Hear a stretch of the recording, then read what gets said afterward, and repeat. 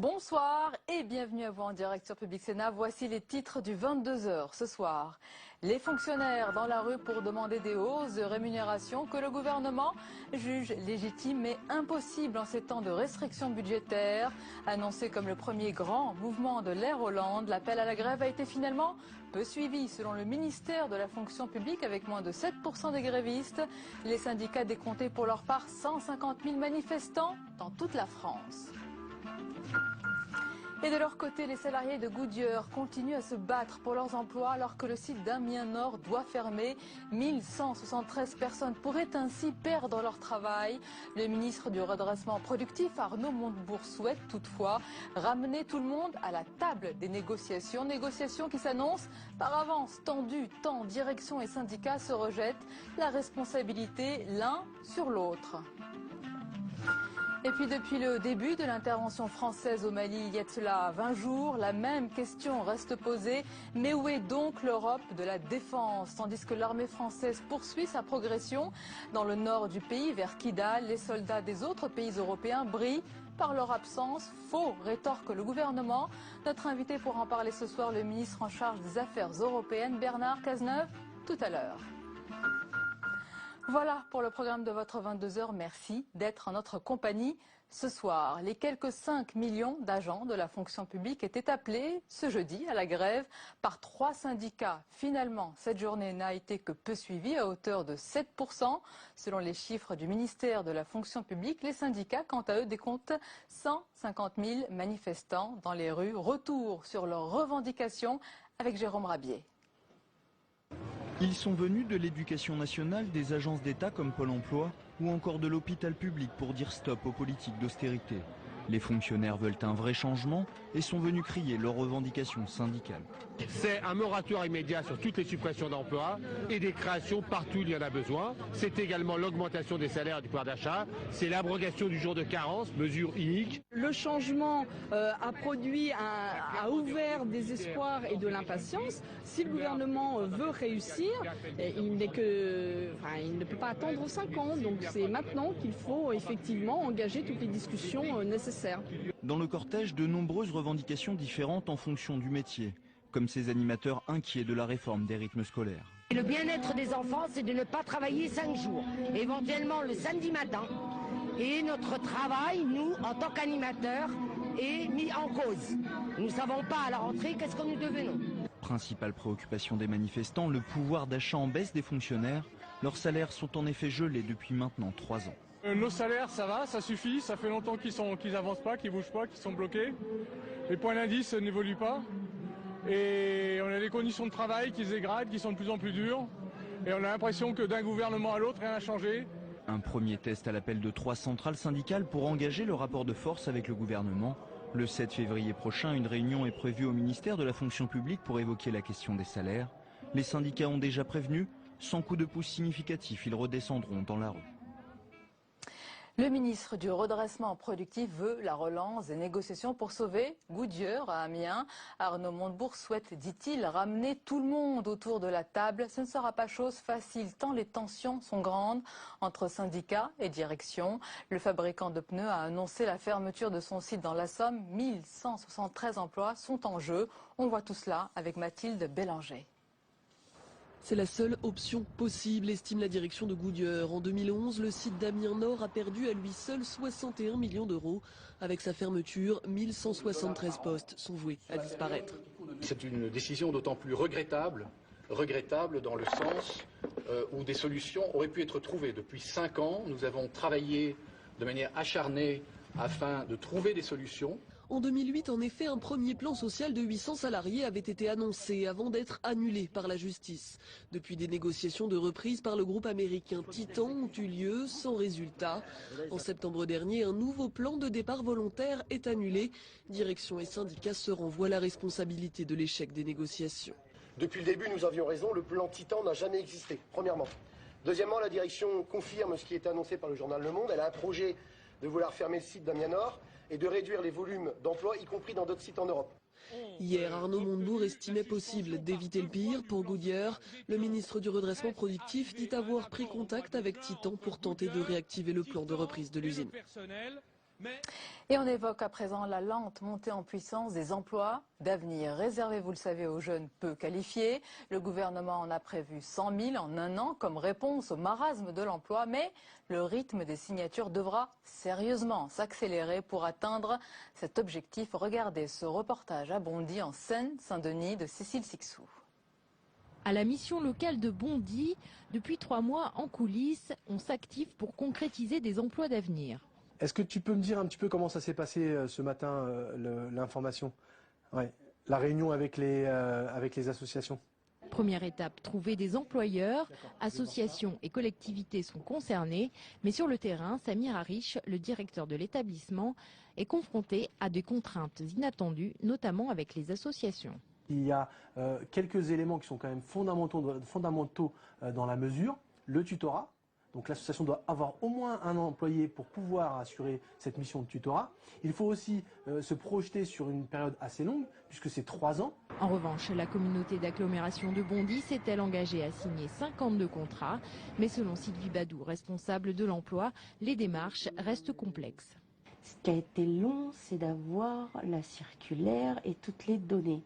C'est-à-dire quand je suis allée chez le préfet au mois de décembre, on ne savait pas encore comment se passait la formation, si on allait avoir des crédits. En plus de ne pas savoir qui va payer la formation, elle a dû promettre 60 € de prime pour attirer les tuteurs. Là, vous avez les premiers curriculum vitae des jeunes. Les CV affluent déjà. Elle sait que certains n'ont jamais travaillé dans une entreprise, mais elle ne compte pas leur fermer la porte. Dans un instant, l'invité politique du 22h, c'est le ministre en charge des Affaires européennes, Bernard Cazeneuve. Nous évoquerons avec lui le prochain sommet européen à venir et puis la question de l'Europe, de la défense, ou plutôt la question de son existence. Tandis qu'au Mali, les militaires français progressent rapidement et se préparent à sécuriser Kidal ce soir. Les autres pays de l'Union européenne applaudissent la France, mais brillent par leur absence. Interview donc à suivre dans un instant, mais d'abord, cet autre sujet d'actualité ce soir, le débat sur l'exploitation des gaz de schiste relancé par des parlementaires de droite et de gauche. À l'initiative du Sénat, vous allez le voir, de nouvelles techniques vont être explorées pour trouver une alternative à la fracturation hydraulique néfaste à l'environnement et interdite en France. Les détails avec Fabrice Cunet. Existe-t-il une alternative à la très controversée fracturation hydraulique? C'est notamment à cette question que devront répondre les parlementaires de la mission d'études lancée ce matin. Si une méthode crédible écologiquement est trouvée, l'objectif serait alors de lever l'interdiction de l'exploration et de l'exploitation des gaz de schiste en France. Nos rapporteurs vont aller faire beaucoup d'auditions, aller à l'étranger, aux États-Unis, au Canada et ailleurs pour voir un peu ce qui s'y passe, parce qu'il se passe des choses. Et cette technique évolue et par conséquent, je suis certain que leur rapport enrichira le débat. La mission s'appuie sur un chiffre pour motiver ses travaux. 61 milliards d'euros, la facture énergétique de la France en 2012. Si nous voulons continuer, parce que nous avons besoin à utiliser du gaz, est-ce qu'il faut l'acheter à un prix élevé à l'étranger ou est-ce que nous utilisons celui dont nous disposerions pour le cas où il est prouvé que l'on en est?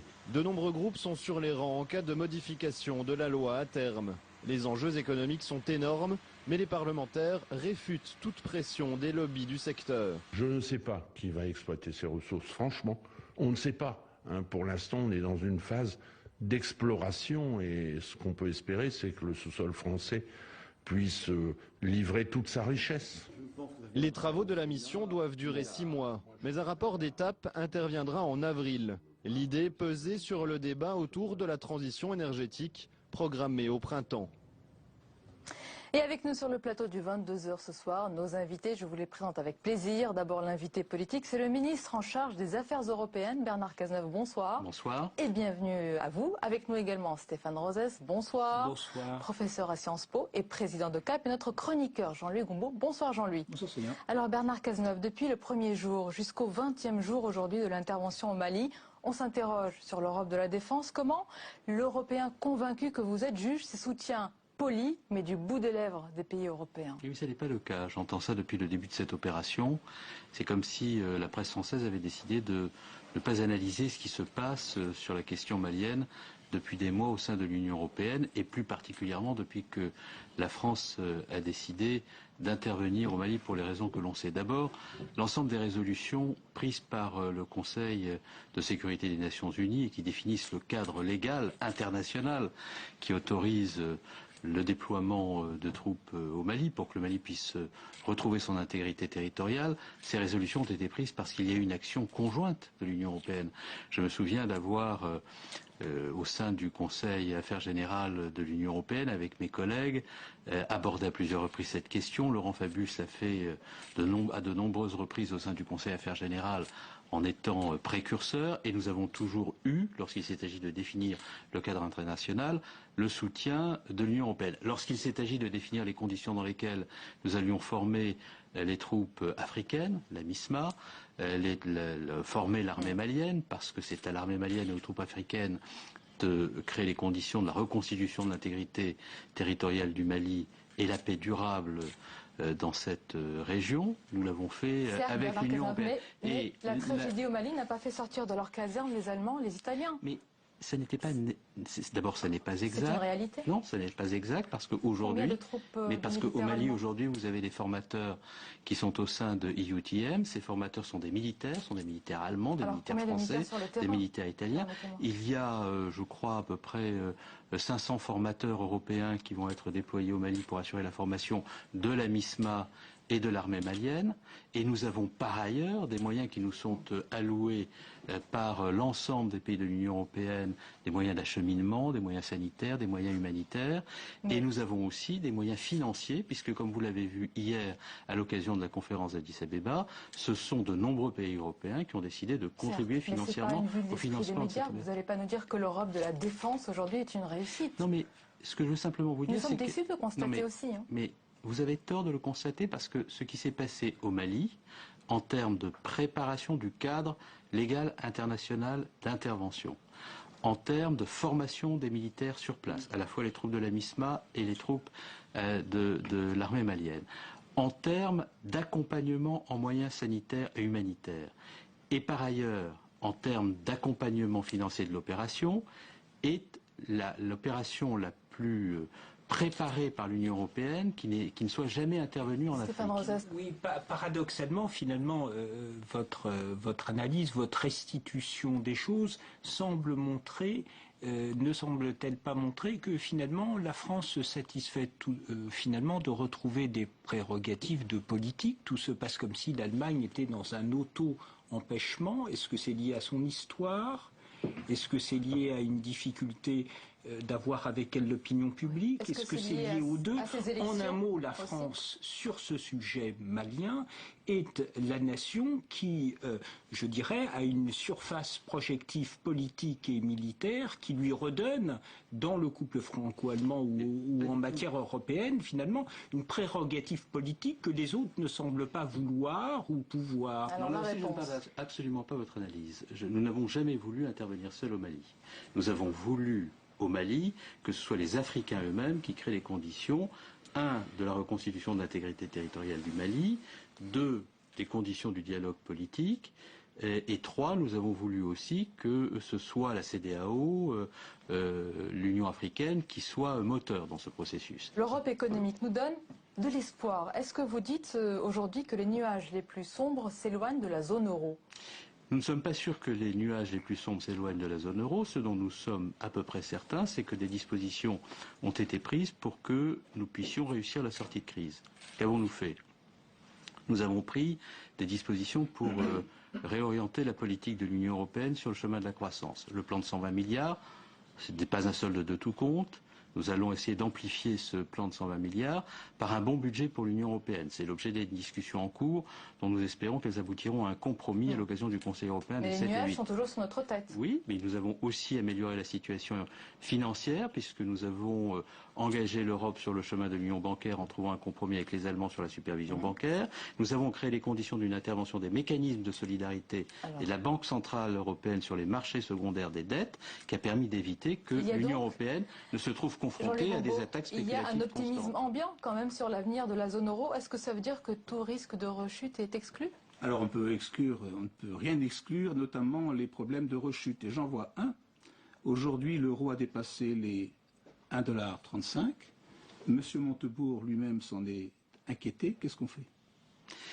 Je crois que ce qui est important, pour répondre à la préoccupation qui est la vôtre, c'est de tout faire pour qu'il y ait une compétitivité de l'économie européenne. Parce que la question que vous posez, c'est est-ce que finalement la monnaie unique n'est pas trop élevée au point d'obérer la compétitivité de l'industrie européenne. Si on veut restaurer l'industrie de la compétitivité de l'industrie européenne, il faut que plusieurs conditions soient réunies. La première, c'est qu'il faut qu'il y ait une politique industrielle. Jusqu'à présent, l'Europe n'avait pas de politique industrielle. Au mois d'octobre dernier, pour la première fois dans l'histoire de l'Union européenne, la Commission a sorti un document avec des orientations politiques pour qu'il y ait une véritable organisation en filière de l'industrie européenne. Il faut, au sein de l'industrie européenne, qu'il y ait des politiques de filière qui permettent d'accompagner l'innovation, le transfert de technologies. Deuxièmement, il faut impérativement que nous protégions notre industrie en Europe. Toutes les réflexions sur le juste échange, qui est la condition du libre-échange. Quand vous dites qu'il faut que la France le fasse aussi.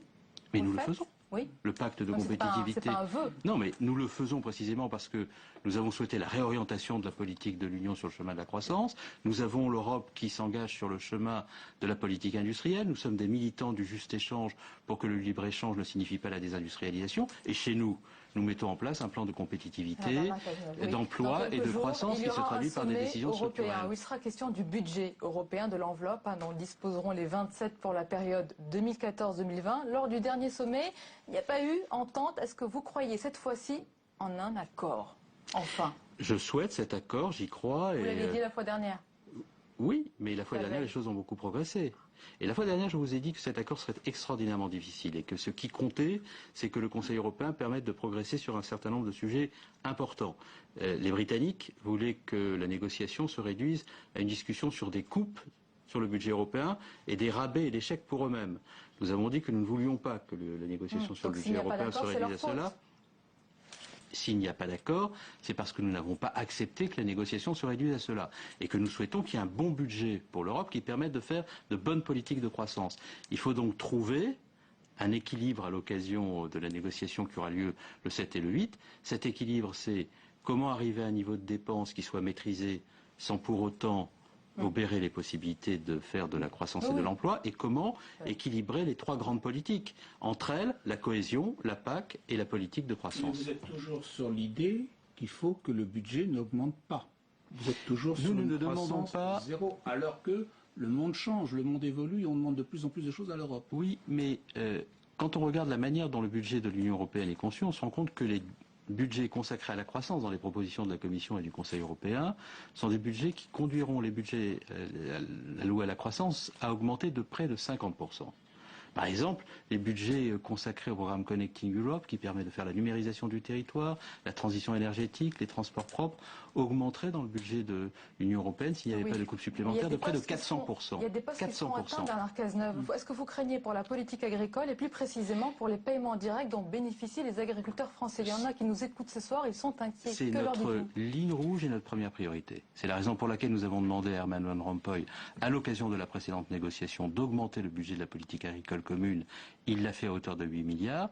Nous considérons que le compte n'y est pas et nous voulons, dans le cadre de la fin de la négociation, obtenir les ajustements nécessaires, parce qu'on ne peut pas à la fois vouloir le verdissement de la politique agricole commune, la convergence des aides et une politique agricole commune qui fasse qu'on ait une industrie agroalimentaire dynamique, sans avoir un niveau de dépenses pour la politique agricole commune qui permette d'atteindre tous ces objectifs à la fois. Bernard Cazeneuve, plus légèrement, à la veille de ce sommet européen, il y a un autre événement sportif, celui-ci, une rencontre au sommet aussi, amicale entre la France et l'Allemagne. On a découvert aujourd'hui la liste des Bleus tout à l'heure. Le score ne sera pas déterminant, on imagine, pour le sommet, mais c'est mieux de gagner, non?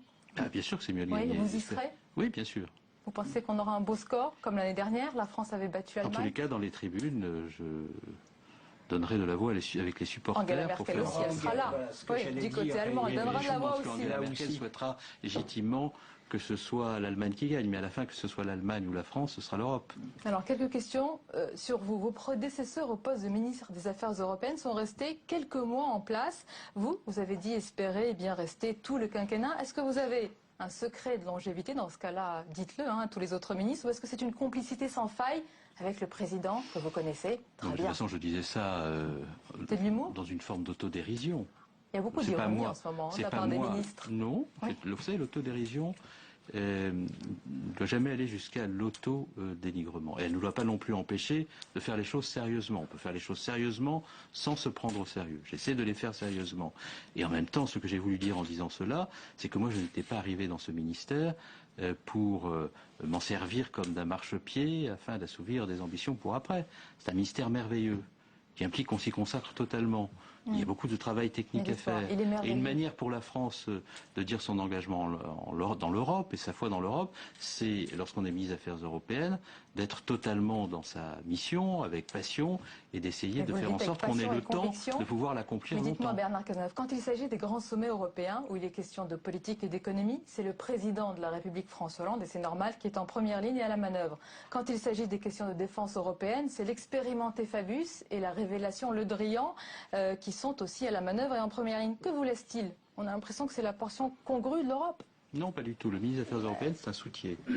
C'est-à-dire que c'est quelqu'un qui, dans l'ombre, prépare l'ensemble des négociations européennes, parce que lorsque les conseils européens ont lieu, la réunion des ministres des Affaires européennes, le Conseil Affaires Générales, prépare les conseils européens, met la dernière main aux documents de négociation, essaie de polir les documents de manière à ce que la réunion des chefs d'État et de gouvernement aboutisse à un compromis. Et tous ces compromis sont possibles parce qu'il y a ce travail de l'ombre. Et une fois que la décision a été prise, le ministre des Affaires européennes est celui qui exécute les décisions prises par le président de la République.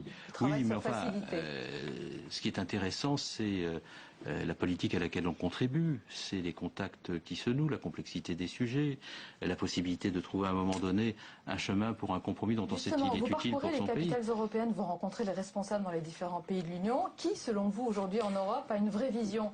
Pas une vision boutiquière, utilitariste et court-termiste, mais une vraie vision de l'Europe, celle qu'avaient les pères fondateurs? François Hollande. Sérieusement?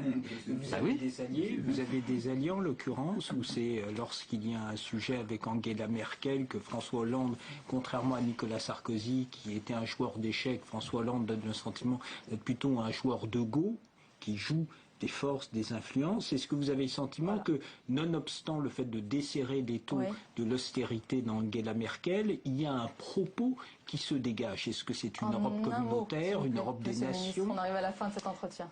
Oui, je suis absolument convaincu qu'il y a une vision qui se dégage. D'ailleurs, cette vision sera exprimée par le président de la République à l'occasion de son intervention devant le Parlement européen le 5 février prochain. Cette vision, le président de la République l'a synthétisée dans le concept de l'intégration solidaire, plus de solidarité en Europe, moins d'égoïsmes nationaux, plus de volonté d'approfondir l'Europe. Et c'est autant de solidarité qu'il est souhaitable pour que l'Europe aille plus loin, et autant d'intégration qu'il est nécessaire pour faire en sorte que la solidarité ne soit pas un vœu pieux. C'est ça notre projet. Alors, messieurs, je vous propose à présent de conclure ce débat avec l'actualité de la semaine. En dessin, comme tous les jeudis, notre dessinateur Hervé Baudry croque les faits d'actualité marquants, et je vous demanderai après ce qui vous a interpellé. Regardez.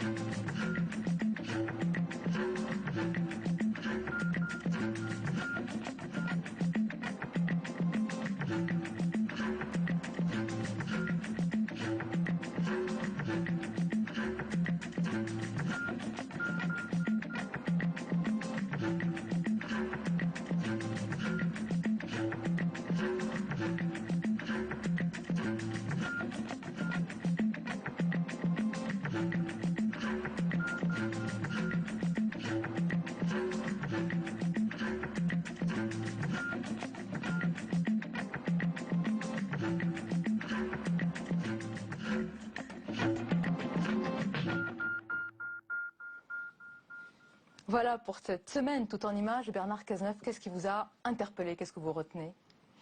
Non, mais c'est un exercice à vocation humoristique, léger. Donc moi je préfère la caricature la plus légère, qui est celle d'Anne Lauvergeon. Oui. Que je retrouve le ADS, avec bien son sûr, que vous énergie. retrouvez. Et puis ça renvoie à l'Europe, à l'industrie européenne, aux batailles que peuvent se Ouais, on a compris que vous soutenez vraiment ce choix. C'est un bon choix. Mais j'aime beaucoup Anne Lauvergeon. Stéphane Rosès. Celui qui dit on voit un couple homosexuel d'hommes, je préfère qu'on parle de Pôle et moi que de Pôle emploi. Les Français pensent effectivement qu'on parle trop du mariage pour tous ou homosexuels ou pour les gays plutôt que des questions sociales. Et en même temps, il faut bien avouer que c'est un débat de fond. Anthropologique, surtout quand on vire sur la question de l'adoption de la PMA et de la GPA. Donc voilà les tensions du pays. Jean-Louis ? Alors c'est un exercice léger, mais je rappelle que l'arrivée de Madame Lauvergeon à l'ADS, ça rappelle des souvenirs franco-allemands, puisque vous savez que c'est Madame Merkel qui a demandé à Siemens de sortir d'Areva, et que ça a posé un certain nombre de problèmes au moment où Mme Lauvergeon y était. Tout un débat, on aura l'occasion d'en reparler. Merci beaucoup, Monsieur le Ministre. Cet épisode, parce que ça avait des conséquences sur l'industrie française et qu'à l'époque au Parlement, je traitais de ces questions. En tout cas, les dessins vous inspirent. Merci beaucoup d'avoir été notre invité. Merci Stéphane Rosès et Jean-Louis Gombault. La dernière page à présent avec tout ce qui vous a échappé dans le reste de l'actualité. Regardez, c'est le tour de l'info. Il est signé Sophie Normand. Au moins 2 soldats maliens tués aujourd'hui par une mine au passage de leur véhicule près de Gao, ville reprise aux islamistes il y a quelques jours. Après Gao justement, puis Tombouctou, les soldats français attendent toujours l'arrivée de forces africaines pour sécuriser Kidal et sont positionnés sur l'aéroport de la ville, toujours coincé par une tempête de sable. Kidal, objet de toutes les attentions, c'est la dernière grande ville du Nord encore aux mains de groupes armés. Et selon le ministre de la Défense, les 7 otages français enlevés par des islamistes au Niger et au Mali en 2011 et 2012 se trouveraient dans les montagnes proches de la ville. Il est probable qu'ils soient dans la région. Nous ne perdons jamais de vue, ni d'esprit, ni de sensibilité, le fait qu'il y a des otages français dans ce territoire. Alors que la Syrie enterre aujourd'hui 29 des 80 victimes d'un massacre à Alep mardi, la Russie se dit inquiète du raid israélien qui a eu lieu hier. Il aurait visé un centre militaire situé entre Damas et la frontière libanaise. Si cette information est confirmée, cela signifie que nous avons affaire à des frappes sans aucun prétexte sur le territoire d'un État souverain, ce qui viole grossièrement la charte de l'ONU et est inacceptable quel qu'en soit le motif. La Russie est un soutien indéfectible du régime syrien auquel elle vend des armes. Ce raid est le premier sur la Syrie depuis qu'a éclaté en mars 2011 une révolte populaire devenue conflit armé. La Syrie a déclaré aujourd'hui qu'elle se réservait le droit de riposter. Hier, à l'Assemblée nationale, les députés UMP accusent Christiane Taubira d'avoir voulu faire passer une circulaire en catimini. Un texte pour faciliter l'attribution de la nationalité française aux enfants nés à l'étranger de mère porteuse. Pourtant, le 16 janvier dernier, devant la commission des lois de l'Assemblée, la ministre de la Justice évoque très clairement ce texte. J'ai fait préparer une circulaire qui va partir, qui est déjà prête, donc qui va partir. Les échanges sont courtois dans l'assistance des députés UMP qui hier pourtant laissaient à croire qu'ils découvraient la circulaire. Il dit avoir eu beaucoup d'offres, mais son choix s'est porté sur le PSG, un club qui selon lui devrait avoir beaucoup de succès dans les années à venir. David Beckham vient de s'engager pour 5 mois avec le club de foot parisien. L'icône anglaise de 37 ans a annoncé que son salaire au PSG sera reversé à une association caritative qui s'occupe d'enfants.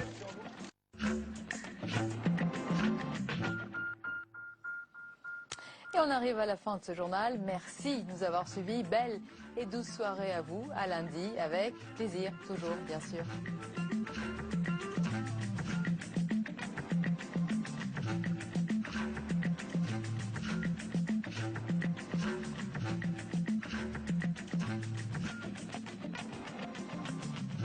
C'est un lieu chargé d'histoire, les quais de Bordeaux. Le classement de Bordeaux dans le patrimoine mondial a été une longue aventure. Ce miroir d'eau commence à avoir de la célébrité aussi.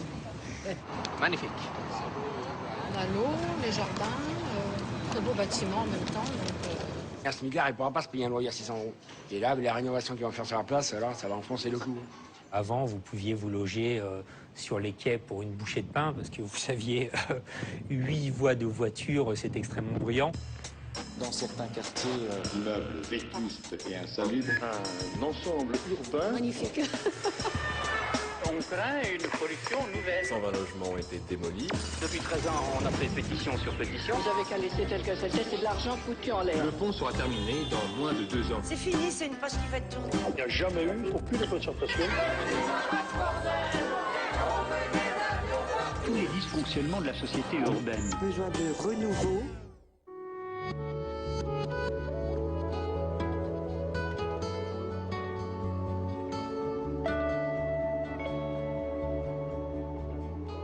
Il fait bon vivre à Bordeaux sur les quais de la Garonne. 4,5 km d'une promenade au cœur de la ville, comme hors de la ville. On y respire, on y balade, on y jogging, on y paisible, on y bien-être. Bref, c'est la douceur de vivre. Une douceur de vivre à l'image de Bordeaux, de son centre rénové, de ses zones piétonnes. À l'image de son tram aussi, qui longe silencieusement les quais et se prolonge vers les périphéries. C'est presque trop beau. Les quais achevés en 2009 sont une première étape hautement symbolique dans la reconquête de la ville. Car les quais de la Garonne n'ont pas toujours connu cette douceur de vivre. Comme beaucoup de villes, Bordeaux s'est construite autour d'une activité, en l'occurrence celle du port, celle des négociants. Dès le XIIIe siècle, la ville a prospéré grâce à la Garonne et à son ouverture sur l'Atlantique. Le vin est exporté vers l'Angleterre, puis vers le monde entier. Le XVIIIe siècle est le siècle d'or de Bordeaux. Les négociants s'enrichissent toujours grâce au vin, mais aussi grâce au trafic moins glorieux des esclaves. À l'ère industrielle, le port est victime de son succès. Les voies ferrées, dépôts de marchandises et autres engins de levage encombrent les quais. Les immenses hangars sont finalement construits avec l'ambition de mettre un peu d'ordre dans ce joyeux bazar. Dans la seconde moitié du XXe siècle, à Bordeaux comme ailleurs, les grosses industries sortent des villes. Les activités portuaires sont déplacées plus loin sur la Garonne et les hangars bordelais se vident. Dans les 30 dernières années, les quais c'était ça. Des voitures, des parkings, un axe routier et surtout les vieux hangars désaffectés, pas très bio. Jacques Chaban-Delmas, maire de 1947 à 1995, ne détruira pas les vestiges du port, ce port qui vit encore dans l'imaginaire collectif de la ville. À l'aube du 3e millénaire, Juppé succède à Chaban et planifie 10 ans de travaux. La reconquête de la ville peut commencer. 10 ans de bonheur. Le projet a duré 10 ans. J'ai eu énormément de plaisir à porter ce projet. L'aménageur.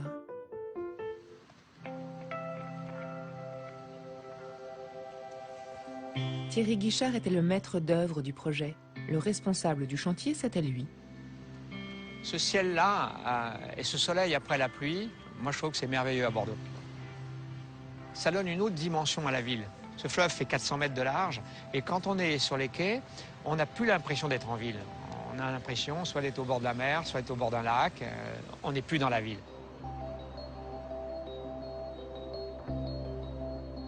On est au plus bel endroit des quais, pour moi. C'est l'endroit que je préfère. On a une vue sur le fleuve, sur la courbe du fleuve, sur le port de la Lune, hein, c'est-à-dire ce port en courbe du XVIIIe siècle. Alain Juppé, en 1995, fait enlever les grilles du port. Ces grilles sont symboliques de la fermeture et de l'interdiction d'accès aux Bordelais, d'accès à leur fleuve. Et ça donne un engouement extraordinaire. Et d'un seul coup, on a l'opinion publique avec nous et on se retrouve pressé d'aménager quelque chose. En aménageant un espace public, on crée du rien. Hein, on n'a pas de bâti, on n'a pas d'usage préférentiel. Et ce qu'on a voulu, c'est créer des espaces de façon à laisser aux Bordelais imaginer eux-mêmes l'usage qu'ils en feraient. Le public s'est approprié les espaces avant même que nous ayons terminé. Et ça, c'était ennuyeux au niveau du chantier, mais tellement merveilleux de voir que le public s'appropriait ce qu'on était en train de réaliser. Il faut dire que les Bordelais avaient été quelque peu traumatisés par les travaux de l'époque Chaban. Si le chantier se sent encore partout, si les aménagements manquent encore, on peut cependant commencer à lire le plan d'ensemble avec, à son centre, ce vaste espace libre qui justifie son nom, la Cité du Grand Parc. Le centre Mériadec, Bordeaux-Lac, le Grand Parc. Dans les années 60, Jacques Chaban-Delmas cède à la tentation des grands ensembles. Le Bordeaux des années Chaban tourne le dos à son fleuve. J'ai tout lieu de croire que l'avenir s'annonce bien. Mais il n'est pas indifférent de mesurer les résultats obtenus afin de bien conduire les actions prochaines. 50 ans, un nouveau maire et 110 millions d'euros plus tard, les quais sont aménagés sur 4,5 km. Une longue promenade qui rappelle celle des Anglais à Nice. Sans la Méditerranée, mais avec ses jardins, son miroir d'eau, son skatepark. Ses arbres, ses terrains de sport. Évidemment, le commerce existe aussi sur les quais, mais il se fait discret tout au bout de l'aménagement. Les Bordelais ont fait le deuil du port et les derniers bateaux à quai sont transformés en boîtes de nuit.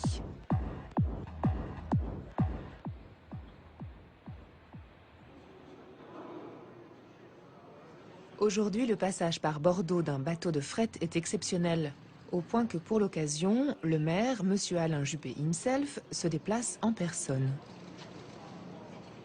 Je suis très heureux de partager avec vous ce moment. C'est pour moi l'occasion de célébrer notre fleuve. J'ai une petite citation, ce n'est pas un plaisir de vous la lire, elle est d'un des grands historiens de Bordeaux, qui s'appelle Camille Jullion, qui dit « Bordeaux est un présent que la Garonne a fait à la France ». Belle formule. C'est le fleuve qui a créé la ville plutôt que les hommes. Il a été la raison d'être de son existence avant de devenir l'arbitre de ses destinées. C'est-à-dire que Bordeaux, au fil de l'histoire, avait un peu tourné le dos à son fleuve. Notre souhait, c'est de faire en sorte que le fleuve vive, et donc nous développons un projet de navette fluviale pour utiliser cette artère dans la circulation de tous les jours. Monsieur le maire a de beaux projets dans la tête et aussi les municipales de 2014 dans le viseur. Quoi qu'il en soit, depuis le réaménagement des quais, les Bordelais ont bel et bien renoué avec la Garonne. On est parti un...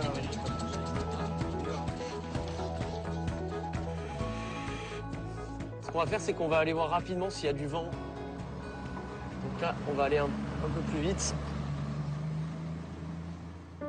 Le skipper urbain. Julien Marcotte s'occupe d'une association de voile sportive à Bordeaux, qui compte une 50aine d'adhérents. Alors le projet, il est né il y a 3 ans, dans la tête de 3 Bordelais amoureux du fleuve. Ils avaient cette envie de dynamiser un peu la Garonne par des régates à la voile. On a mis 2 bateaux. Par la mairie, on a obtenu 2 places au ponton. On a mis les bateaux à l'eau. On a commencé à naviguer, à se rendre compte de ce qu'était le plan d'eau, les conditions climatiques, s'il y avait du vent. On s'est rendu compte que ça plaisait aux gens et puis surtout que ça correspondait vraiment avec la dynamique de Bordeaux aujourd'hui. On a lancé le projet au bon moment à Bordeaux. Là, il y a une belle manœuvre qui se passe là. Faites gaffe au milieu, hein. Il y a un tronc là qui flotte. En fait, on voyait pas les beaux bâtiments qu'il y avait derrière, on voyait que des hangars quand on était sur l'eau. Aujourd'hui, Bordeaux va redevenir un vrai port, c'est-à-dire avec des bateaux.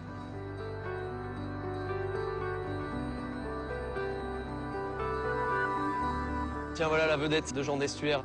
Il rentre des îles. C'est un bateau très rapide qui fait Bordeaux-Pauillac en 1 heure. Donc l'intérêt, c'est de pouvoir aller visiter des châteaux du Médoc et du vignoble en 1 heure. T'es pas tout seul? Non, c'est bon, il n'y a plus personne. Salut. T'arrives d'où, de Patiras? Ouais. Puis s'il commence à pleuvoir, ça va être un peu moins cool, mais bon. L'enfant du fleuve. J'ai grandi sur une des îles, là-bas, sur l'île Margot. En fait, mon père est le gérant de la propriété viticole. Et du coup, voilà, j'ai passé mon enfance à naviguer. C'est là que j'ai rencontré Julien. Puis on a monté une entreprise qui fait du tourisme sur le fleuve. C'est-à-dire que typiquement, si tu veux aller passer un moment sur une île, il va falloir louer un bateau, louer le site sur l'île, demander à un viticulteur ou 2 qui est sur le coin de venir organiser un apéritif. Voilà, Jean d'Estuaire, comme on connaît bien toutes les personnes qui sont un petit peu autour, on organise tout ça. Au Moyen-Âge, on appelait ça la rivière de Bordeaux. Voilà, tout l'estuaire de la Gironde, tout cet ensemble-là était appelé la rivière de Bordeaux. La Gironde, c'est un nom qui est arrivé après la Révolution. Mais d'un point de vue marketing, si vous allez voir un Américain à New York, Vous parlez de Bordeaux, il a entendu parler, donc si vous lui parlez de Bordeaux River, il a entendu parler. On essaye de se positionner sur un fleuve qui est en plein boom. Il y a la concurrence qui rentre partout, pas seulement la concurrence locale, la concurrence internationale. Et on estime que c'est plutôt bon parce que ça tire la destination rivière de Bordeaux vers le haut. Le tourisme, nous y voilà. L'activité économique, le nerf de la guerre, les petits sous-sous. Avec la rénovation des quais, on redécouvre les façades du XVIIIe siècle. Et en 2007, ces façades sont classées au patrimoine mondial de l'UNESCO. Du jour au lendemain, ce classement fait exploser la fréquentation touristique de la ville. Bordeaux accueille aujourd'hui 2,5 millions de visiteurs par an. Et le passage obligé pour tous ces touristes, c'est le miroir d'eau qui fait face à la place de la Bourse. Le miroir d'eau à Bordeaux, c'est un peu comme la Tour Eiffel à Paris. Michel Corageau est le paysagiste qui a dessiné les quais et qui a imaginé cet ingénieux procédé de reflet. Pour faire un miroir d'eau, il suffit d'avoir une pierre un peu sombre et vous avez 2 cm d'eau sur la pierre qui la mouille et qui fait un miroir absolument parfait. Le paysagiste. Un jour de pluie, quand on se baladait sur les quais, on avait une grande flaque d'eau et je vois le reflet de la Bourse. Et donc l'idée de faire un miroir devant cette Bourse nous est venue comme ça. Les quais, à l'époque, étaient beaucoup plus près de la Bourse qu'ils ne le sont aujourd'hui, parce qu'on a remblayé progressivement et fait des aménagements de quais pour gagner sur le fleuve. Et d'une certaine façon, on voulait remettre la Garonne à sa place, en faisant cet effet d'eau ici. Tous les Bordelais, il faut le savoir, à l'époque, partaient à la mer le dimanche et le samedi. On s'était dit, avec un AUP, si on pouvait freiner ce mouvement et qu'on puisse garder les Bordelais le samedi et le dimanche sur les quais, ce serait formidable. Ce qu'on a en partie d'ailleurs réussi, je crois.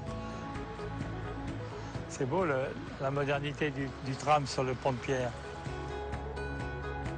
Le tramway est un outil de transformation de la ville. Il demande une modification complète de l'espace public sur lequel il se trouve. Pour faire un tramway, vous êtes obligé de refaire toute la voirie. Il faut changer tous les réseaux qui sont en dessous de lui pour que justement il n'y ait pas de réseau. Et il y a dans toute la ville de Bordeaux des places, des aménagements d'espace public qui ont été générés par l'arrivée du tramway. Et les tramways circulent dans Bordeaux et montent d'ailleurs sur les coteaux, va jusque dans les villes périphériques de Bordeaux. Cette circulation des personnes n'a l'air de rien, mais elle modifie complètement la fluidité de la ville elle-même.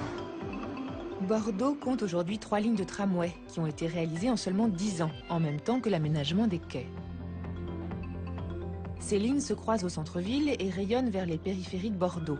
Au total, 44 km de voies et 90 stations. De nombreux quartiers populaires se trouvent ainsi désenclavés, comme Senon, Lormont, le Grand Parc, mais aussi Pessac et Mérignac. Les distances sont raccourcies et Bordeaux se pense désormais avec sa périphérie.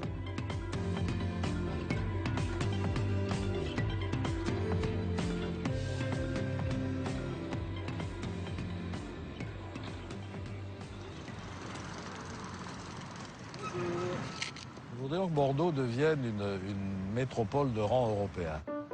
Le maire. Nous avons la chance d'avoir une renommée internationale grâce au vin. Et Bordeaux, peut-être même avant Lyon et Marseille, à l'international, est un nom qui est connu, mais il faut que nous atteignions la masse critique qui nous permettra d'être dans la concurrence des villes européennes, parce que les métropoles se font concurrence.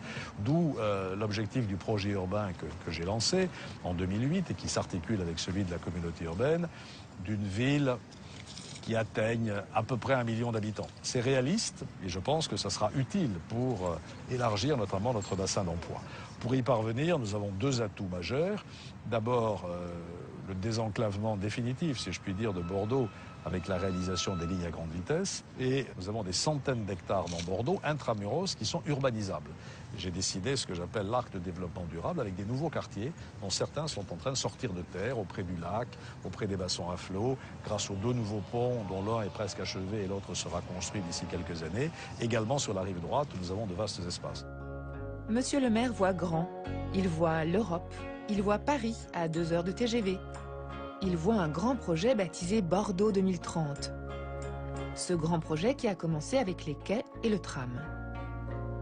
et qui se poursuit avec Ginkgo, l'écoquartier, ou le quartier des bassins à flot, connu pour sa base sous-marine allemande, et qui va voir plus de 5000 logements s'élever sur ses rives. Ou encore le quartier de la Gare, avec le projet Euratlantique. L'expansion de la ville se fera également de l'autre côté du fleuve, sur la rive droite qui a été désenclavée par le tram, et qui est également desservie à partir de 2013 par le gigantesque pont Bacalan-Bastide. Ce pont au gigantesque tablier levant laissera passer les gigantesques bateaux de croisière, ce pont dont les gigantesques piliers se dressent vers le ciel qui semble être la seule limite aux ambitions de la ville. Vincent Feltès, le président de la communauté urbaine et probable challenger de Juppé au municipal de 2014, semble avoir des ambitions plus terre-à-terre. Un des enjeux pour l'agglomération bordelaise dans les années qui viennent, c'est bien sûr de relier la rive droite à la rive gauche, mais c'est de relier aussi les périphéries aux périphéries. Le président de la communauté urbaine. Avec le pont Bacalan-Bastide qu'il y a derrière et le pont Jean-Jacques Bosque qu'on aura dans le quartier de la Gare, l'enjeu c'est derrière d'adosser une espèce de rocade des transports collectifs. Bien sûr, le transport collectif en centre-ville, c'est extrêmement bien. Bien sûr, les gens qui ont accès au tramway, c'est extrêmement bien.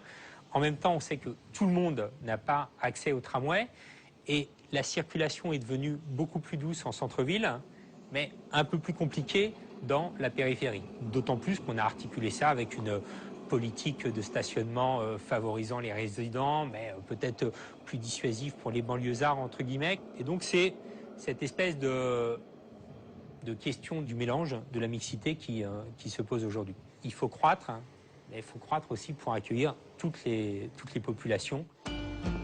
En attendant que Bordeaux ne devienne le berceau mondial de la croissance solidaire, le centre-ville est devenu un petit paradis. Les voitures ont été chassées, les parkings enterrés et les zones piétonnes sont à l'honneur.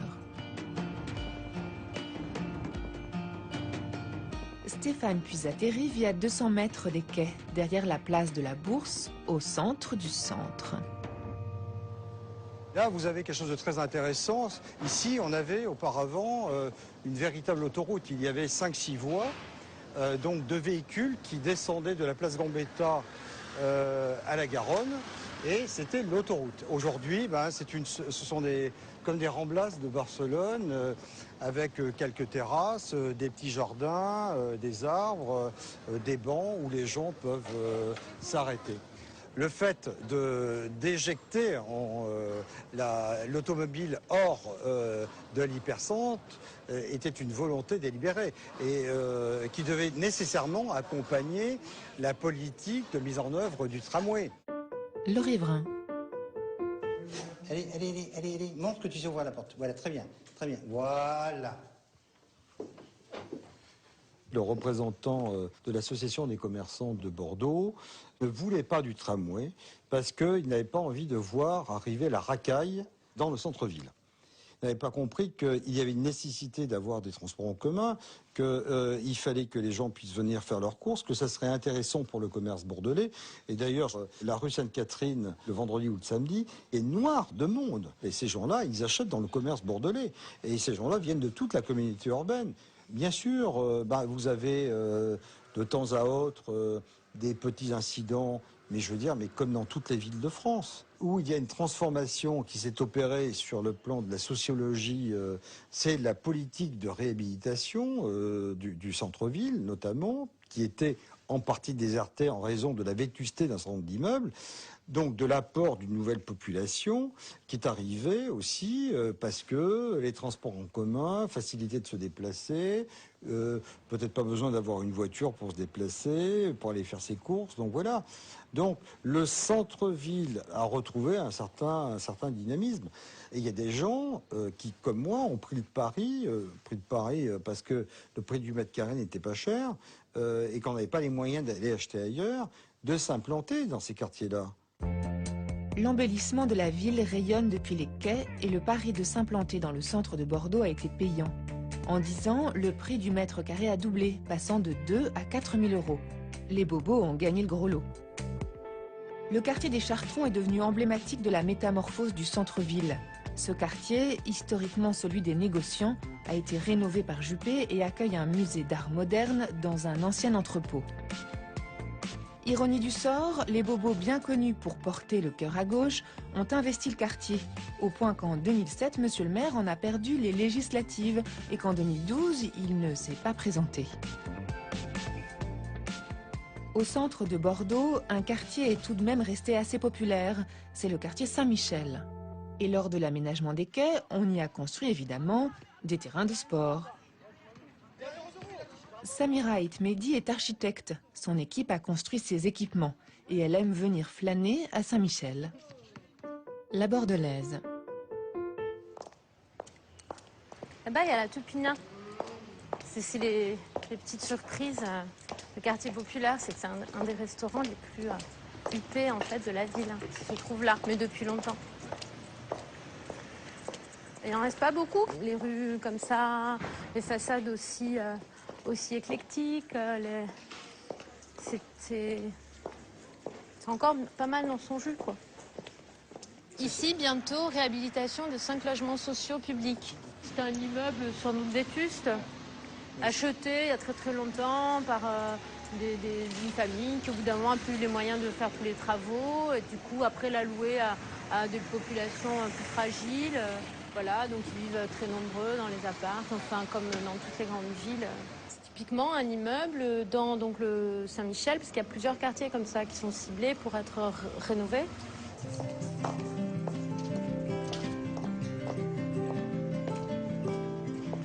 Elle est là, la place Saint-Michel.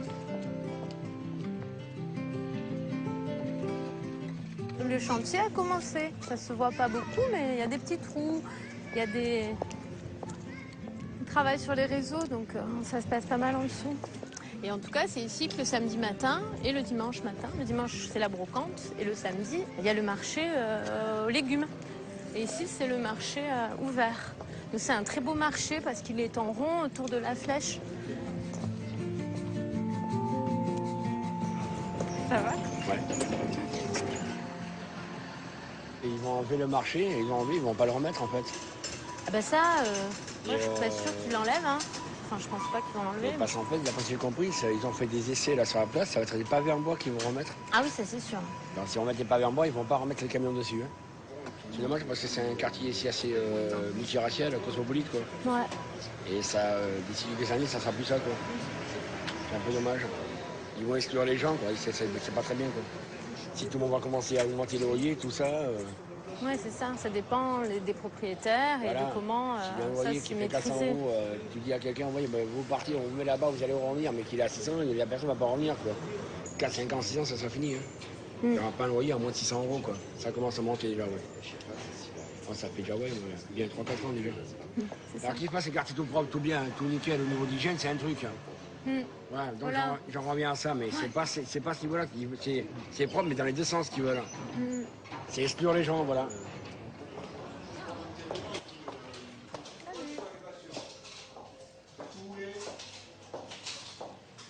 C'est en train de se rénover, mais je sais pas si c'est dans le bon sens. C'est assez drôle parce qu'ils se mettent un peu au diapason, les commerçants, de rénover pour justement, je pense, pas être virés, parce que à terme, c'est ce qu'ils ont à faire. Quoi. En gonflant les loyers, en virant tous les petits kebabs, tous les petits commerçants, tout ce qui fait la diversité d'ici, quoi. C'est de cette diversité qu'est née la scène rock bordelaise dans ces quartiers populaires, avec notamment Eiffel, Noir Désir ou The Film. Là, tu es entre La Victoire et Saint-Michel, donc c'est étudiant, rock.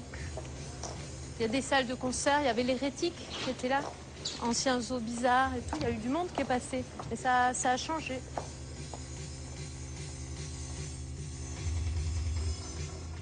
S'il n'y avait pas eu cette effervescence depuis longtemps, il n'y aurait pas aujourd'hui des groupes qui sont reconnus partout, enfin de manière internationale, qui ont tourné partout, que ce soit les Cap Bambino en électro, les Magnétiques en garage, ou là JC Satan, qui ont commencé à en parler à fond. C'est vraiment le pur produit de ces petites caves et de ces petits lieux.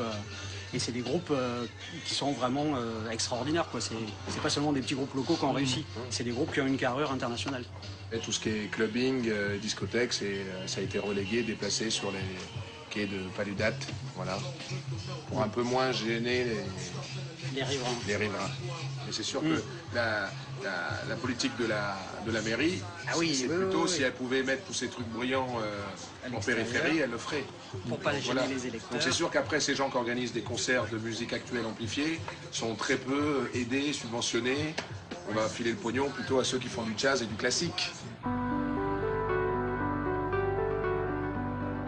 Le réaménagement des centres-villes pose toujours la même question, celle de l'identité des quartiers, quand c'est le visage de toute l'agglomération qui change. C'est la fin d'un deuil, l'aménagement des quais. C'est le signe qu'on a aussi fait une croix sur une partie de notre passé, qui est le passé commercial, y compris au mauvais sens du terme quand on pense à la traite des Noirs, et industriel. Je pense que l'enjeu pour nous à Bordeaux au XXIe siècle, c'est de dire c'est quoi la ville du XXIe siècle. Et nous, l'objectif qu'on a, c'est qu'on soit repéré, non pas comme la ville qui a eu tel grand geste architectural, qui a eu tel grand équipement, mais comme une manière de vivre qui soit plus douce, plus solidaire, et avec aussi la question de l'emploi.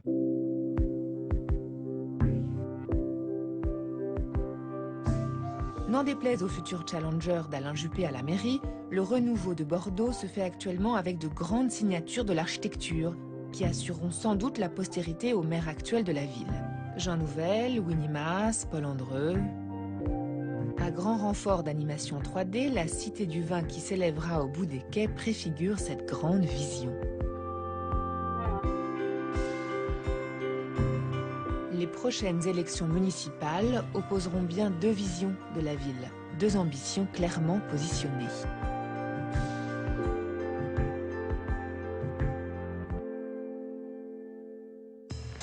Dans certains quartiers, immeubles vétustes et insalubres, un ensemble urbain magnifique. On craint une pollution nouvelle. 120 logements ont été démolis. Depuis 13 ans, on a fait pétition sur pétition. Vous avez qu'à laisser tel que c'était, c'est de l'argent foutu en l'air. Le pont sera terminé dans moins de 2 ans. C'est fini, c'est une poste qui va être tournée. Il n'y a jamais eu aucune concertation. Tous les dysfonctionnements de la société urbaine. Besoin de renouveau. C'est vrai que je ne m'exhibe pas. Je reste moi-même. C'est ma force. Ce que vous voyez ici, c'est ce que je suis. Je n'aime pas les honneurs, les protocoles, les palais. Je revendique une simplicité qui n'est pas une retenue, mais la marque de l'authentique autorité. Ça, c'était François Hollande, lu par lui-même. Mais qui est vraiment cet homme qui a conquis le pouvoir sur le thème de la normalité? Est-il si simple que ça? Se montre-t-il vraiment en permanence tel qu'il est? Et que nous disent sur lui ses premiers mois à l'Élysée? Cette semaine, nous déshabillons en tout bien, tout honneur, le moi et le surmoi du locataire de l'Élysée. Déshabillons-les, présenté par Hélène Risser, c'est samedi à 23h45 sur Public Sénat.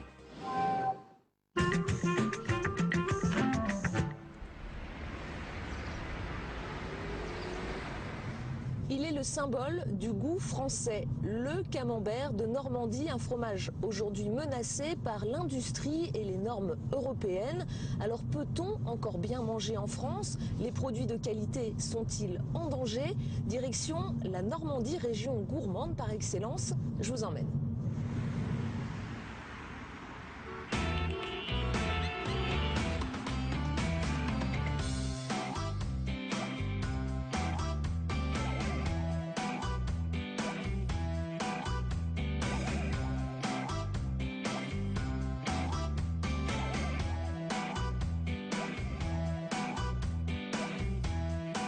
Au menu de cette émission sur le goût, en Basse-Normandie, un grand chef nous apprendra à mieux manger en respectant le cycle des saisons.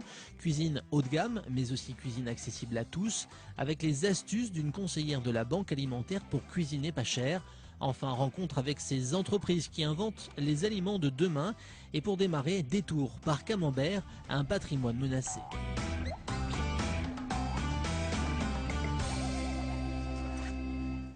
Nous voici à la ferme de la Héronnière, dans la petite ville de Camembert. C'est ici que vit François Durand, l'un des derniers producteurs de camembert fermier français.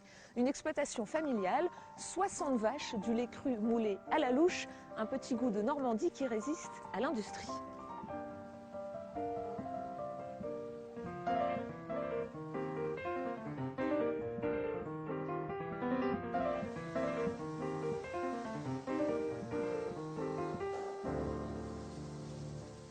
François. Bonjour. C'est ici que ça se passe. C'est ici qu'est produit le dernier camembert fermier français. Ouais, c'est un symbole. Ouais, on n'y pense bien sûr pas tous les jours parce qu'on est pris dans le boulot et puis.